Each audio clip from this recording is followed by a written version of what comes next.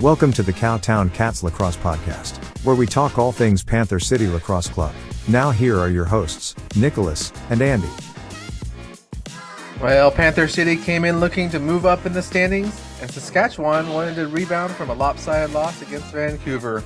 Welcome, everyone. This is the Cowtown Cats Lacrosse Podcast. I am Nicholas, joined by Andy. Hello, hello. And we talked about it last week. Panther City was sitting right in that 4 spot, right behind Saskatchewan. So it kind of made for an interesting game this weekend where we were going against a team that we had a chance, if we won, we could actually move up and have a little bit more secure spot in the playoffs. Mm-hmm. Yeah. Saskatchewan, just by percentage points, they were sitting up in that 3 spot where we're really hoping to get, since it's only the first 3 seeds that are guaranteed out west, if I'm not mistaken. Yeah, so it's because of the way the teams are divided still. It's still a little bit uneven. I think the East still has one more team than us, right, as far as division goes. And so yes, top 3 is guaranteed. 4 goes to a spot if the record is good enough, pretty much. Right. And so, hopefully I think we're really close in the West right now, and so I feel like we could be leaning towards that 4 spot, at least on our side. But still, I mean, if we can get in that 3rd spot and stay there, that's really what we want to be. But Saskatchewan was coming into this game really hoping to hold on to that spot by all means necessary. They went on against us earlier this year and won a very hard fought game. I think it was 11-9 when we went up there to Saskatchewan. But, they really wanted to try to put the pressure more on us than themselves. Mm-hmm. So, right off the bat, familiar territory once again. I feel like it was not even a minute in.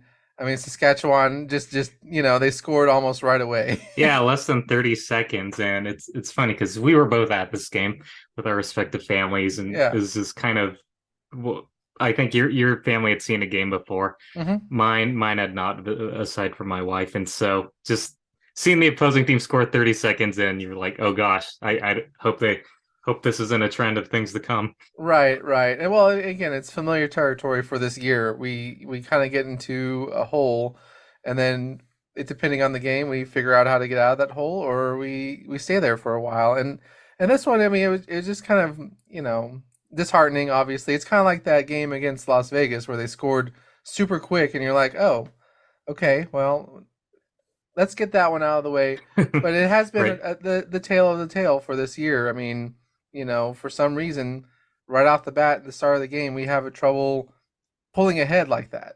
Mm-hmm. Yeah, thankfully they adjusted pretty well, and less than 5 minutes in, Will Malcolm had tied things up with a nice goal cutting from the right side of the field and getting a quick one in. And I'll say this, I mean, we were able to tie it back up, but even before then, I really will say hats off to Saskatchewan, especially their goalie. I mean, that first half, especially Bouquet. Mm-hmm. Bouquet, yeah.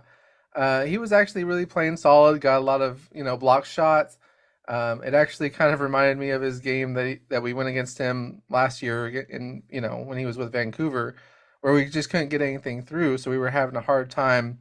We got a lot of shots off, but we were hard time getting goals from those shots. Right. Yeah. He is a very good goalie, and we did seem to get I would say we got more shots on goal off that first half than Saskatchewan did, and yeah, they weren't bad shots by any means. He just, yeah, hats off to him. Yeah, but I mean, it really bodes well for their defense, and that's really what paid off for them in that first quarter, because the Rush were able to score again, and they went back up 2-1. After that, it just kind of felt like Panther City still had trouble settling into the game. I think I had messaged you. I think we both wrote it in our notes. There was just a lot of, I don't know, sloppy play, I guess is the best way to put it, or just maybe lackadaisical play. Even in that first quarter, there was a pass from Will Malcolm, and he's like setting up the offense, and he goes to pass it, and the guy's not even paying attention. It goes straight into the bench, and I'm like, come on, guys, like we're better than that. Yeah, I don't remember if it was the first quarter, but I think Donville was trying to direct traffic, and as he was doing so, Malcolm passed it to him, and the ball just sailed behind him. It was an Yeah, easy backcourt violation. but I mean, it wasn't completely sloppy, but at the same time, there was just a lot of stuff that was going on that we could have tightened up better. And again, that led it to, some turnovers, and Saskatchewan scored again. So they were up 3-1 in the first. Thankfully, thankfully our offense started to kind of get things together towards the end of the first quarter. Yeah, we got what, two quick goals at the end of the first. Yeah. Leading out of it, I think. Let's see. Yeah, both with under 5 minutes left. The first one was on a great power play goal. They were just swinging the ball around and finally got Donville in a nice look Hmm. right out of a timeout as well, which is something you love to see. Yeah, and so for us to be able to at least make it even at the end of the first is good, because honestly, I felt like we weren't really playing our best game in that first quarter, and it did kind of continue into the second quarter. Still, like, we were playing good, but at the same time, we were just still making a lot of those small mistakes. Even in the second quarter, it was very back and forth. Not a whole lot of scoring early on, but a lot of shots from both sides, but a lot of turnovers too, or a lot of loose balls. It seemed like. Yeah. Turnovers were a big part of this, and we alluded to it with Bouquet already. But Nick Damute, he usually settles in by the time the second quarter comes around, and this last game was no exception. He was making a lot of great saves early. The rush did seem a bit more, man, maybe a bit more calm and focused Mhm. to start the quarter, but thankfully Damien was locked in by that point. Yeah, and it seems like you said, once he gets warmed up and once he gets going with the feel of the game, I mean he settles in pretty well. So unfortunately we did kind of trade goals, and so it was 4-4, but something, I don't know what happened. Something changed in the last 2 minutes right before halftime. It's like the 2-minute warning went off, and our offense was like, you know what?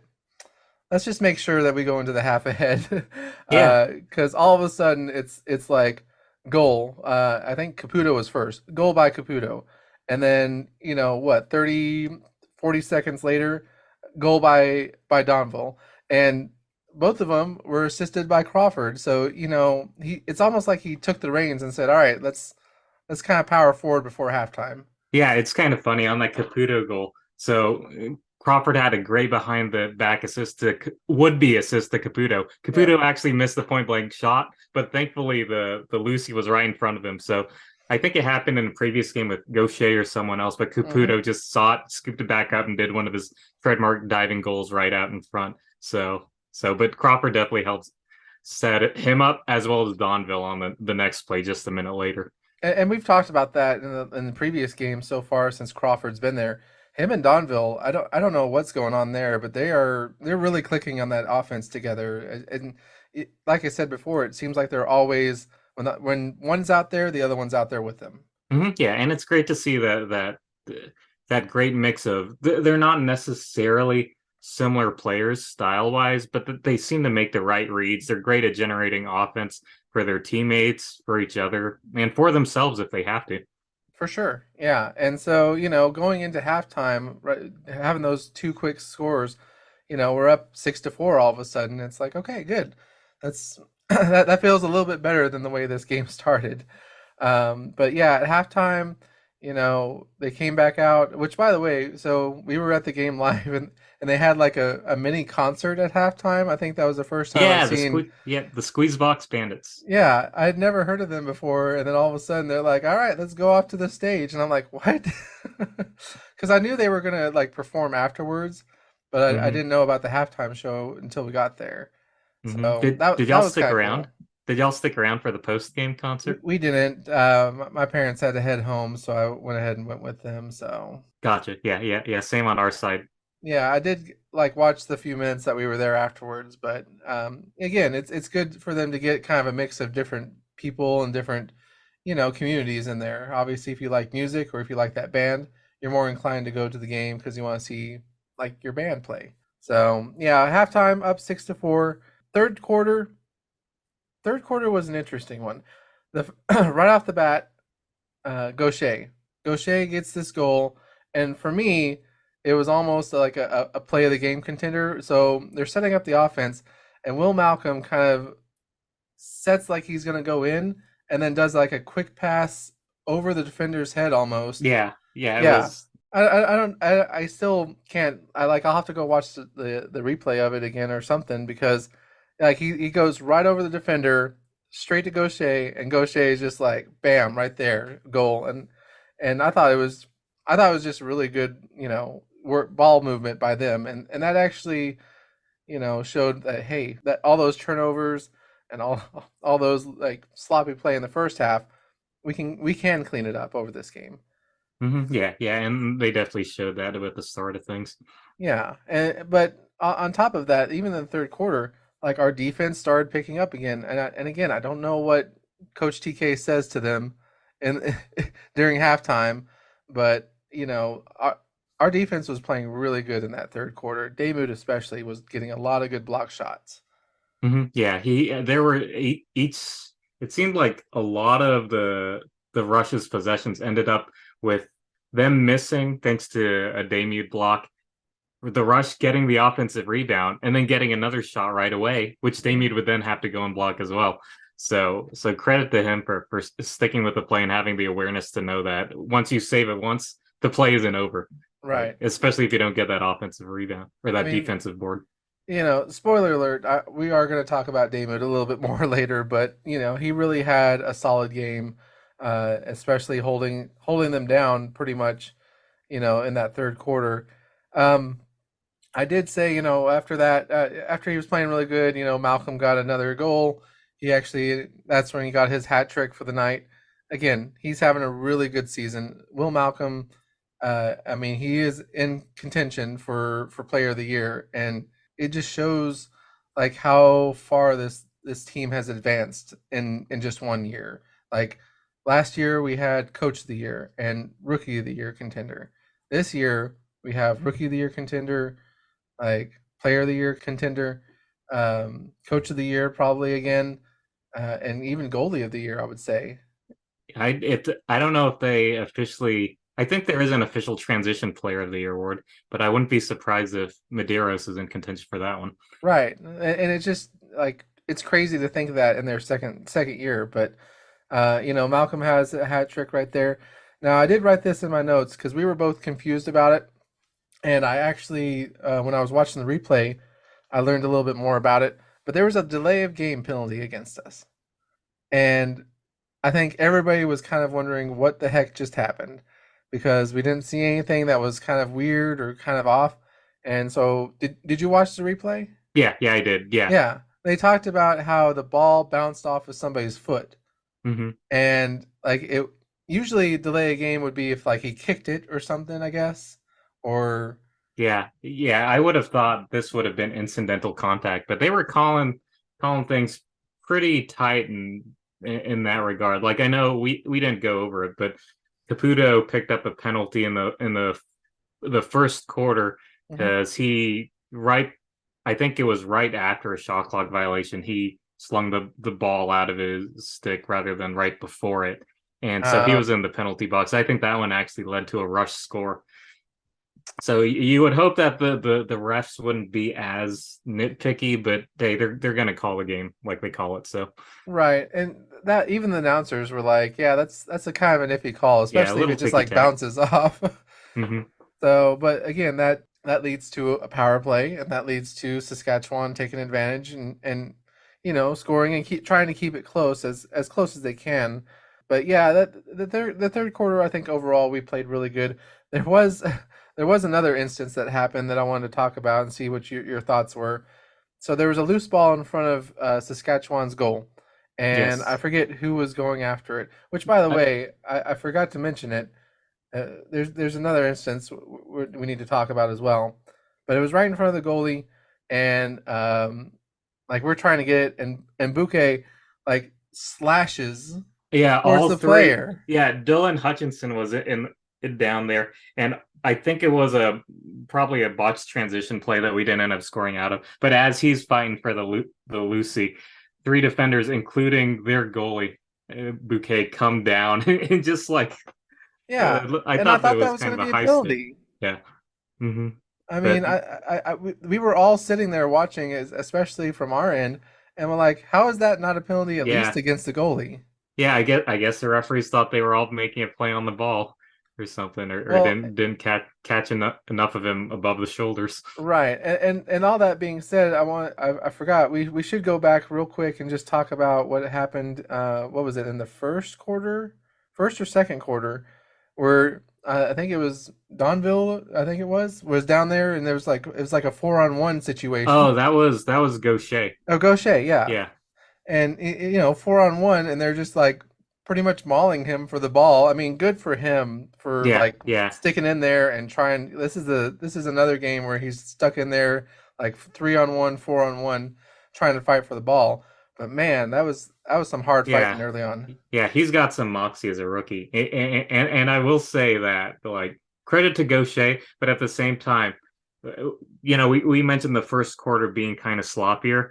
I remember looking at the other players, and they were all kind of like, rather than anyone going in and helping for it, probably because the shot clock was running down, they were Hmm. just kind of in that being wishy-washy about, okay, do we get the defense on, or should we, if he does scoop it out, do we run back? And that Right. indecision didn't do go poor Gaucher any favors with trying to get any of those four rush players off of him. I mean, he tried to fight him off the best he could, but obviously on a 4-on-1, you're not going to get very far. But I think he even mentioned too, like again, I understand you have to do the technical, I guess, side of things and the game side of things, but at the same time, if your teammate's getting mauled 4-1, maybe rush in there and help him out a little bit. Yeah. Hmm. So we'll see how that transcends as the year goes on. But in the third, another goal by Malcolm. We go up pretty much. Well, I think it's 9-7 by that point. So Saskatchewan's keeping it close, and I mean, they're obviously keeping it close enough that we can't pull away completely. But then the fourth quarter happened, and it was another one of those quarters where you just like things just started going right, or things just Right. started going our way, I guess. A really quick goal by Crawford. I mean, he's again we talked about earlier. He's really good at running this offense. I mean that for as short of an amount of time as he's been with the team, he has shown that he is a big part of the team so far, especially on the offensive side. Yes, and he's notorious for or notorious probably isn't the right word, but he is renowned for being really good when he's only got the offense only has four guys on the floor. And so in this case, the Rush were actually on a power play, but Crawford, it didn't matter to him. He was able to do some one-on-one wizardry to score a man down goal. So Yeah. it's always impressive to see. Well, and a good note about that. I mean, this happened a few times in the fourth quarter. I feel like the offense just was really good at keeping the pressure, but also, you know, how do I explain this? Like even on power plays against us, we were able to put the pressure offensively on Saskatchewan. I mean, there was another penalty later on, and we killed half of it, and then we got a couple of shots off, and they were unable to Right. do anything. And so it just everything really just seemed to kind of go our way as far as offensively and defensively in the fourth.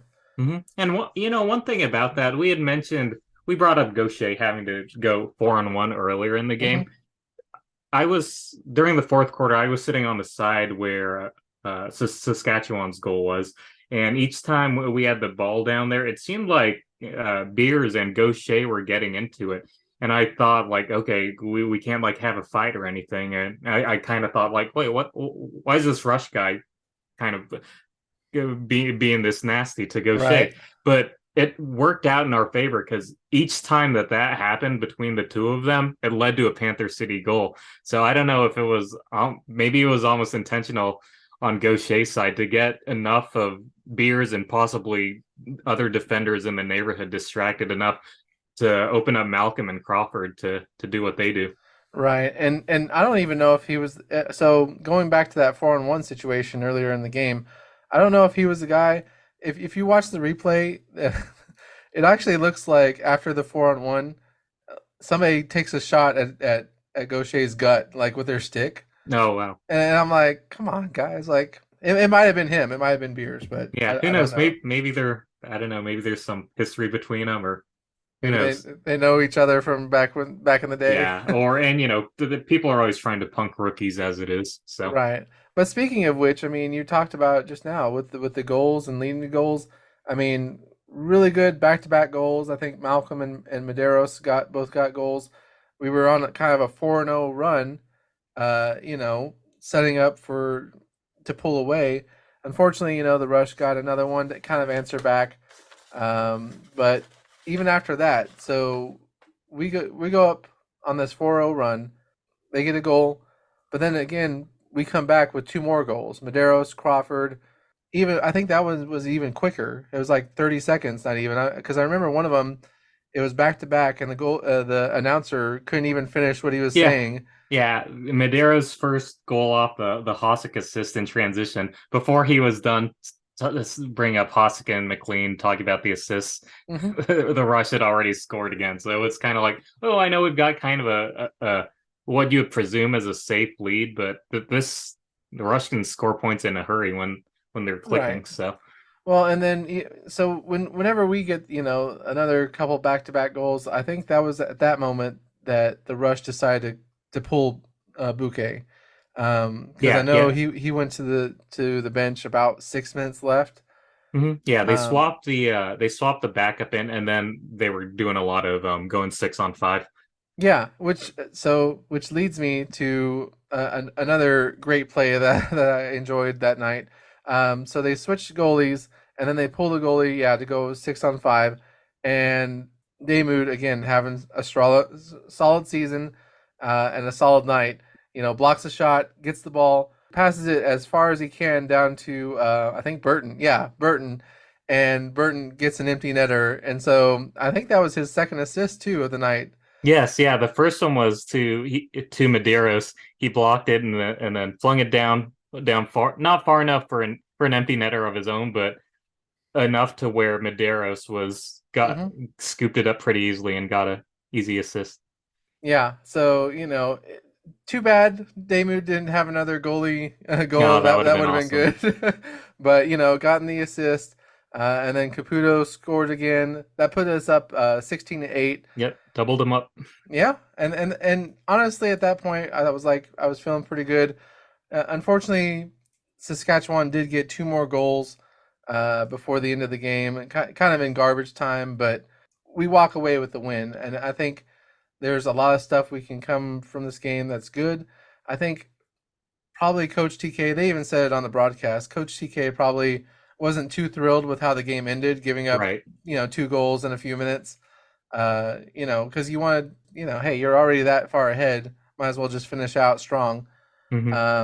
But either way, we did win, and we won. I would say in a pretty good fashion to a pretty good statement win for us for sure. Yeah, we avenged the loss to Saskatchewan up in Canada early. Well, I guess that was what, New Year's Eve. Hmm. So last year. Right. And it allowed us to leapfrog them in the standings. That's going to be key, especially with this bye week coming up. So we finally get a week where we can sit back and watch the the craziness unfold with hopefully, I don't remember who Calgary's playing, but rooting for the other team for sure. Right, right. Well, and again, I will admit I keep an eye on Las Vegas. They had a game last weekend against San Diego, and they did pretty good. Oh, yeah, yeah, that outdoors too. Yeah, we'll talk about that a little bit later, but that was really cool to watch. But overall, I think it was a big game for us offensively. It showed again, it showed that even if we get down, we were down 3-1. We were in the first quarter. And what did we do? We were able to fight back, tie it up, and then kind of we took the reins from there. And so, offensively, I feel like it was maybe a slow start, but once we started going, we didn't stop. Yeah, we never, yeah, once we got that lead, I want to say midway through the second, we never gave it up. And yeah, the Rush, like any team, they're gonna get their points here and there, but as long as you can combat that, make no goals scored easy for the opponent, and then do some magic on your own with guys as dynamic as Crawford and Malcolm and Donville, then good things will happen. Yeah, I will say one thing though that we do need to work on. I mean, uh, just the sloppiness and the uncertainty it seemed like that we had early on, and especially in those first two quarters. I mean, that's something you can easily fix. I hope that's something that they do fix because it's going to be a hard fought hill from here until the end of this season to even keep that third spot. Yeah, and Coach TK did allude to that some. I want to say in the pregame interview where when they were asking him how he had the success last year and leading into this year, he said, we're a young team. We're going to make mistakes, but it's all relatively easy fixes. It's nothing like we got to change the culture or the makeup of what Panther City is and whatnot. So him having that firsthand experience as a longtime player definitely helps in that he's probably seen every sort of situation. Right, and he knows how to get his team ready for that and make those changes. Well, I mean, speaking of which, as far as making changes from last year to this year, we mentioned it earlier. Donville, Malcolm, Damoud, they're all having great seasons. Almost record-setting seasons, to be honest. I mean, what are your thoughts on those, especially those three players in the season they've had so far? Donville is, I think, surpassing everyone's expectations. I know at the event we went to after the season finale last year, some of the players we were talking about said we've got some guys coming in next year that are really really good. And something tells me Donville was absolutely one of the people they were alluding to. Donville probably I don't know if the draft had happened at that point, but certainly Donville was in there since they knew he was coming. Malcolm's definitely taken his game to another level. I think this is just his third or fourth year, if I'm not mistaken, but it's easily the best one of his career. People always talk about how fast he is. Certainly one of the faster players in the league, and he shows that every time he's out there with some of these amazing one-on-one plays he can do, and also from a playmaking aspect, because the defense just can't react quick enough to his decision making. And then Damoud, we've sang our praises about him. How he really is able to keep things grounded down low, even when he has slow starts or the defense appears sluggish. By the time, I would say at least 85% of the game, he's really locked in, protecting the net. And it's nice to see his offense coming around too in certain situations, like in the fourth quarter. He had 2 assists in transition, and that's always fun because not only did you get a transition player goal, but you got Tyler Burton, the face-off guy, a defenseman, a goal as well. Right. So it's nice to see the goalie get in a mix. Now he's no Christian Del Bianco, but hey, the potential's there. So right. Well, and honestly, there's still more games in the season. I just hope he can kind of keep that pace. Well, talking about these record-breaking performances that we have so far leads us to, of course, our segment of this episode. And, of course, that's Mr. Andrew's stats of the game. Mr. Andrew, how do you have these stats against Saskatchewan? Well, you had mentioned that, we both mentioned that it seemed pretty sloppy. There seemed to be a lot of errant passes and whatnot. One thing I did notice, we finished with 25 turnovers, which was one more than the Rush with 24, and those were a decent amount. But both teams had a decent amount of caused turnovers too. We caused 16, and the Rush caused 13. But okay, so we caused 16 of the Rush's 24. That means that they had 8 unforced errors. With the Rush causing 13 of our 25 total turnovers, that means there were at least 12 moments where the team's sloppy play led to basically easy possessions for Saskatchewan. And so that's something that, credit to their defense, but maybe the focus just wasn't there in enough parts of the game as it should have been. Thankfully, we got the win, but that is something that we'd like to see cleaned up in the future. And I guess the effort was there to an extent. The eye test, maybe things didn't really pass it for us, early or in spurts, but we did get more loose balls in the first half. Won that battle 40-33, and we also had 9 more shots on goal. So credit to Bouquet, but that also means on our end the effort and the opportunities were surprisingly there more than we would have thought when we were watching it. Maybe it's because those mistakes, whether it be like passing it when a guy isn't looking, or seemingly letting the offensive player blow by for an easy shot on Damu. Maybe those single plays are just more magnified than all the good stuff that happened. Right, and when you're, especially when you're there live, it's hard to kind of take in, what's happening, what's good that's happening, and what's bad that's happening. So, right. Yeah. So, well, of course, that is Mr. Andrews' stats of the game. Thank you for that. We go from that straight, of course, into our Cool Cat plays of the game. This is a new episode for me, or a new thing for me. I usually just have one play. This time I have 2. Oh, the first time ever. So for me, Cool Cat plays of the game. First one, Gaucher. Third quarter, that pass from Will Malcolm to him and making that goal. It was smooth and it was complex at the same time, and they just make it look so easy sometimes. And that shot on goal, I mean, especially to have that be the first goal coming from halftime, it really set the pace for, hey, we're putting our foot to the gas in this game. And then that one, and then of course the Damood assist with the empty netter. It was fun to watch. He was breaking, Burton was breaking away. Damood got the block. He got the pass. I know it was an easy goal on an empty net, but again, being there live, it was fun to watch. I think those are definitely my Cool Cat plays of the game. What about for you? Yeah, and it's funny to see on that one how Burton, right after that, he's got to go in the middle and do the face-off. Right. I usually have more than one, just knowing me. I had 3 that really stuck out to me. Maybe 4 now that you mentioned that one gave me assist to Burton, but my 3, Crawford.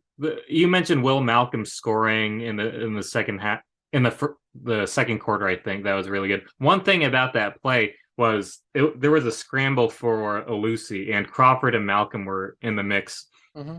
And Malcolm ended up with the ball, but Crawford made it look like he actually had it. So he was actively cradling nothing, basically, and the defender was still defending him. So that opened up Malcolm, since he was Malcolm's defender was next to the wall. So Malcolm basically had a free lane and then once his defender figured out what was going on, it was too late. Malcolm just had an easy cut towards the goal and scored something point blank. So it was just crazy to see that. Yeah. So I was like, wait a minute, Crawford doesn't have the ball, and you could even see Crawford, like, he was still kind of cradling it as Malcolm scored, and so it's like, I think even on the replay, the camera guy was on Crawford pretty much that whole time, and then he was like, "Oh, hey." Mm-hmm. Yeah, so that I can see why they call him Showtime, because I don't think he's going to get credited with an assist or anything, but that absolutely was an assist of sorts.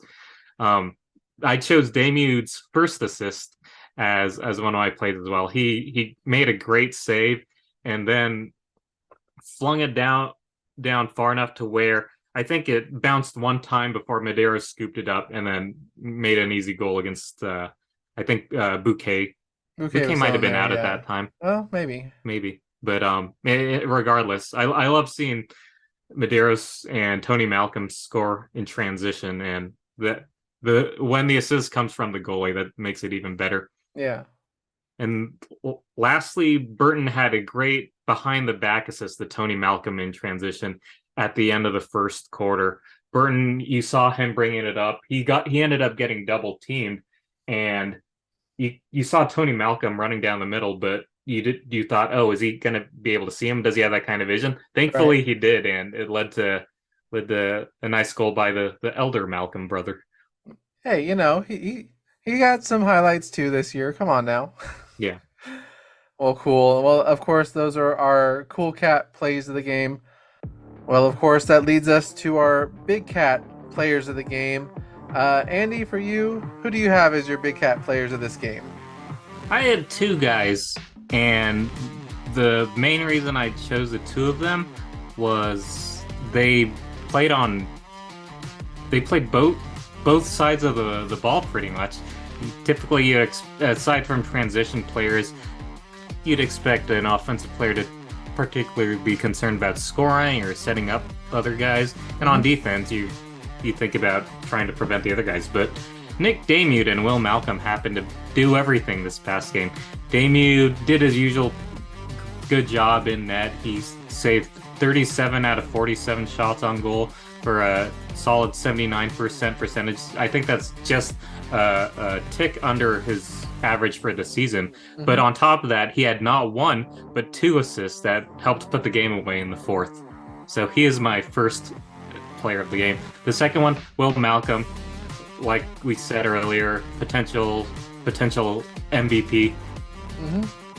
He had 8 points total, 5 goals plus 3 assists, 9 shots on goal, so really keeping the pressure on the defense. On top of that, he collected 8 loose balls and even caused two turnovers.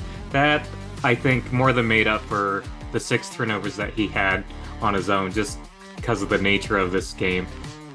Oh yeah, for sure. And like you said, with the MVP-like season he's having, it's going to take a lot to get him down and not be able to fight back from that. I was leaning that way, but I'm going to go with who you had first as my Big Cat player of the game, Nick Damude. You covered it. 37 saves.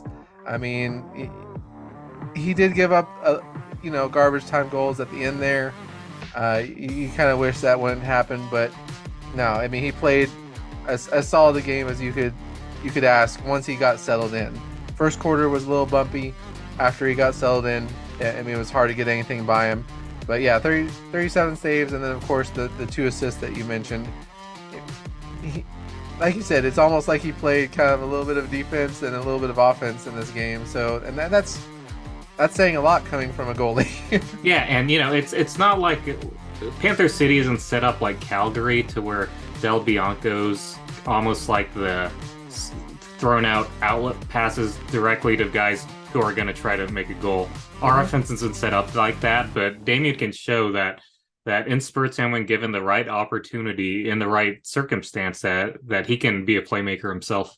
Oh yeah, for sure. Well, of course, that is our Big Cat players of the game.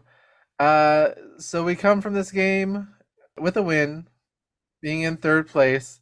What are your final thoughts on this game as we have our last home game before the bye week against Saskatchewan? Being there in person, it did seem like the offensive execution wasn't as crisp as you would like. There were sloppy, errant passes. Some of the ball movement just wasn't quite there. But after the first quarter, the defense and Damude in particular stayed pretty consistent after that slow start, and it was enough to kind of stem the tide until our offense exploded late in the fourth.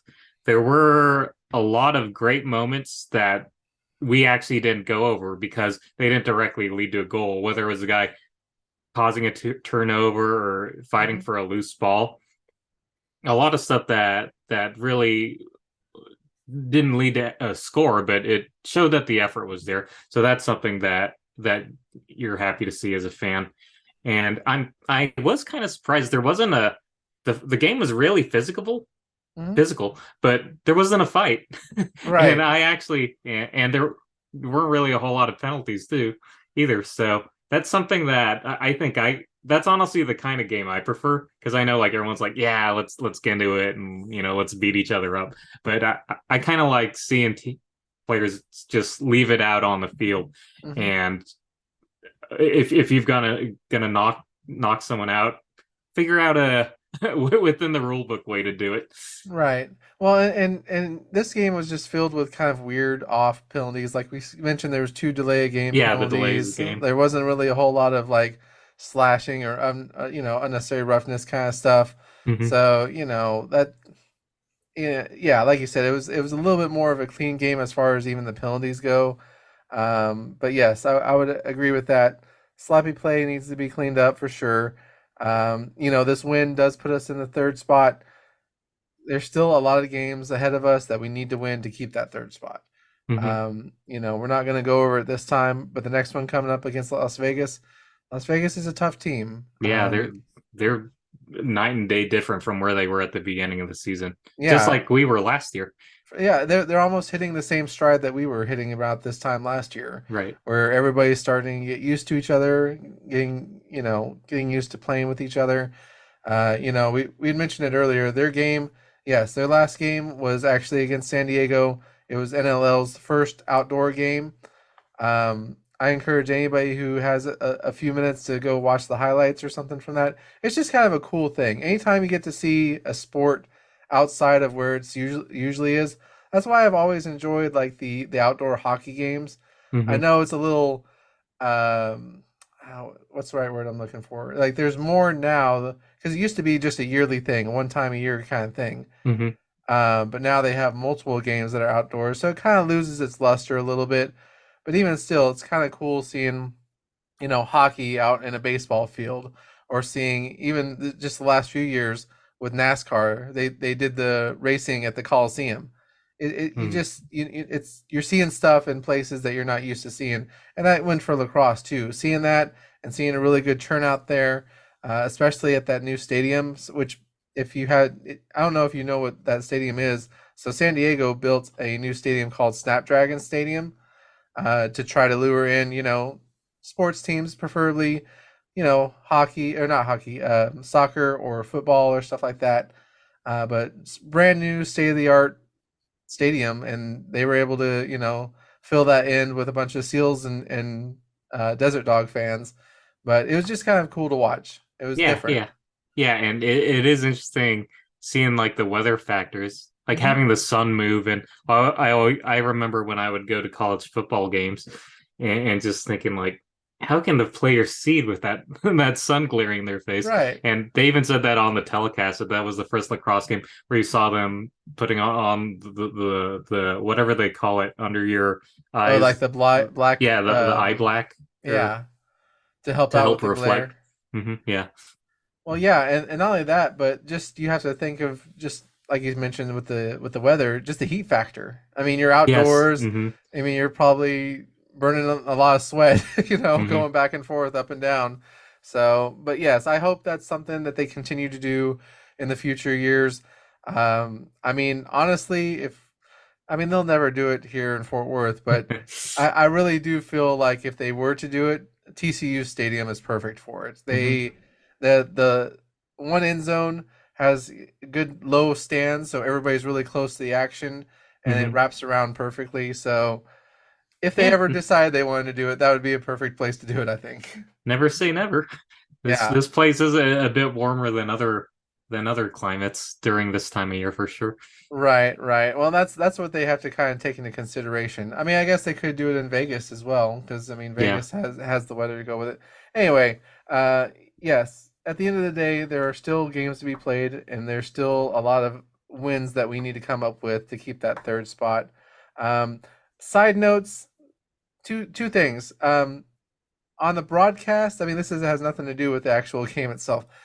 I don't know if you watched the replay on the broadcast. I hope they fix their audio. I don't Yeah, know what was going so on. what I suspect is I don't know if it was I don't remember the sideline reporter the woman's name, but I don't know whether it was her mic that was on or another mic that was kind of on the sideline because you could tell I think the kids figured out that it was Hmm. on or something and or maybe they didn't know, but they just saw a microphone and were Yeah, goofing off. And yeah, the I think the second quarter on the audio you could barely hear the telecast over the music. right. You could hear what was going on in the arena more than the telecast itself. Yeah, So that was kind of weird. And yeah. then also, I mean, this was Texas Forever Night. They did have a site where you could bid on game worn jerseys by the team, and that was really cool because I definitely did want to try to get one of those. Unfortunately, a lot of the jerseys ended up going for $400, $500. Yeah, quite a hefty nickel. Right, right, which was out of my price range. I really do hope that they eventually will come out with maybe replicas That That would be would be really awesome. cool to have. But um, I don't. The process wasn't executed as cleanly as I think it should have been. I think a lot of people, and I've talked to a couple people online about it, just like on Facebook and stuff. But uh, the timer itself, they had tried to time it to where it would end at halftime. Hmm. Unfortunately, halftime ended about 20 minutes before the timer was supposed to go off. Oh wow. And so instead of them just letting the timer run out and then, figuring out who won and who lost, they just cut it off. And Wow. they didn't really announce it in the arena. They didn't really announce it on the website or anything. And so I think a lot of people left kind of disappointed that they weren't able to get those last minute bids in. And so I hope that's something they can fix in the future where Yeah, they probably shouldn't tie it to something that has a variable time of when it yeah. would happen. Well, I mean, maybe next time it should be before the game starts. If Yeah. your game time's at 7 p.m., the cutoff time for bidding is at 7 p.m. Hmm. And that way everything kind of lines up. So I do hope that's something that they can work on in the future.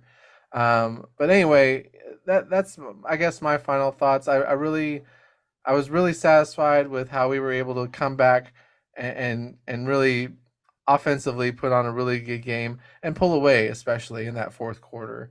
Um, well, we leave Saskatchewan, we leave them in fourth place right now, Yes. and we look ahead to a bye week, another bye week. I'm actually glad that we're having this bye week now because I think it comes at a good time where the team can kind of rest up a little bit and work on those the problems that they've been having for sure. Yeah. First off, guys need to heal up. We know Grennan didn't play last game. Him, Messenger, and Liam Burns, I believe, were all out. Thankfully, that led to more minutes for guys like Camwin Greniuk and Brooker Muir, who, whenever they're out there, they give the team really valuable key minutes. Hmm. Oh yeah, for sure. And it was nice to see those players get those minutes, especially when you start pulling away in the fourth, you do have that opportunity to kind of get some more minutes in, test some things out. So yeah, seeing when Gruniak get that playing time, I thought was really cool. But yeah, I definitely need to rest up. I still don't know why Grinnon's out. I guess I don't. They alluded to him being banged up, but I haven't kept up with the last couple of injury reports, so can't say when. Because even the game that we went to, Hmm. what was it, For Colorado. yeah, either 2 or 3 weeks ago. We saw him warming up. We got there early, so he was out there, but he just ended up not playing in that one. So who knows? It might be a combination of trying to heal up some nagging injuries. Yeah. Coach TK trying to give different looks to the team. So Yeah, well, and that's we hope that they can kind of like you said rest up and kind of come back a little bit better from that, and hopefully the team can kind of come back together and get some good playing time. Well, before we end this episode, there was something else that came up. It just posted up today, and I kind of messaged you about it. Both the NLL and the Lax Mag both came out with their rankings for the week. And I think for you, for the NLL, you said it was they put us at sixth or yeah. So well, so they don't rank the next three, but basically, essentially, the top eight were: mm-hmm, one, Buffalo Bandits, still the of best course. team out east and in the league. Two, Toronto Rock. I know they were on a back to back and they barely beat Rochester, then barely lost to Philly. San Diego Seals number three. You already mentioned their win against Las Vegas outdoors. Rochester, they were ranked number four with that 1 point heartbreaking loss to Toronto. And then Calgary stayed at number five on a bye week. Yeah, And it's then yeah. Go ahead. and then as for the next three that the NLL sites power rankings do, Panther City Lacrosse Club is part of that group. We've been in that group for at least the past 3 or 4 weeks as we've kind of hit our stride. And they even mentioned that you can make the case that we should be ranked number five, but with Calgary not playing and us really not just avenging that earlier loss to Saskatchewan, but doing so with some oomph and Mm-hmm. a pretty high score. And they mentioned that. Well, obviously, I don't think we had Crawford in that game, and I don't think we had Crawford in against the Seals either. And the Seals are leading the division, so who knows what would have happened had he played in San Diego. Right. And well, and so, that's the NLL power rankings. I follow the Lax Mag, or sorry, the Lacrosse Mag, I should say, Mhm. on Instagram, and they come out with their weekly rankings. And it's kind of the same thing. One, Buffalo Bandits; two, Toronto Rock; Rochester after that at three; San Diego four; Calgary at five. The Mammoth, they have above us at six, just Wow. because they feel like, even with them being behind us in the standings, they still feel like they're a powerful team to, go against the rest of the year, and might end up, shooting up and trying to take that 2 or 3 spot. I can see that considering they just got that player whose first game of the season Yeah, was against us. I think it was Lee, if I'm not yeah, mistaken. yeah. He had been out for a while. Hmm. Yeah, Ryan Lee. Yeah, his return. Yeah, I mean that he can definitely put up the points and lead that team to have a good run towards the end of the year. But yeah, they have us at seven. Pretty much saying, yeah, that the win against Saskatchewan was a very convincing win, and it's something to kind of hang their hat on at this point of the season. They also talk about, Nick Damude having a really great year, and they even Yes. mentioned goalie of the year contender. I mean, question mark. They say his save percentage. Yeah, his saving percentage is at 79% right now. Hmm. Goals allowed is 10.17. So he's having a really good year, and I think they see that the combination of that plus the addition of Crawford over the last month and a half has just really changed this team for the better. So moving up in the rankings, moving up in the standings, we're moving in an upward trajectory. Yeah, absolutely. And I know earlier in the season we had that pretty nice start, and then we're playing kind of 500 ball for a while. But Hmm. they've really hit their stride and developed that good chemistry with Crawford. The loss of Captain Chad Cummings doesn't seem to phase them. I guess obviously Coach TK's done a great job, but Matt Hossack's obviously is able to rally the troops and get them playing well as well. Yeah, and again, it just the team has started to get feel each other a little bit more and get in that groove of this time of year. I mean, this time last year we were on a 5 game win streak. This time we're fighting for a playoff spot. So definitely moving on up in those. Well, of course, like I said, next week is a bye week.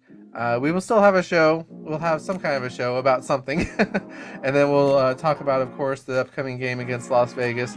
But thank you guys. I mean, of course, we'll see what happens, and hopefully we can keep our winning ways going against the next few opponents, and as the year goes on. But as always, thank you everyone for listening. This is once again the Cowtown Cats Lacrosse podcast. I am once again Nicholas, And I'm once again Andy. and we thank you guys. We'll see you next time. Cheers, y'all.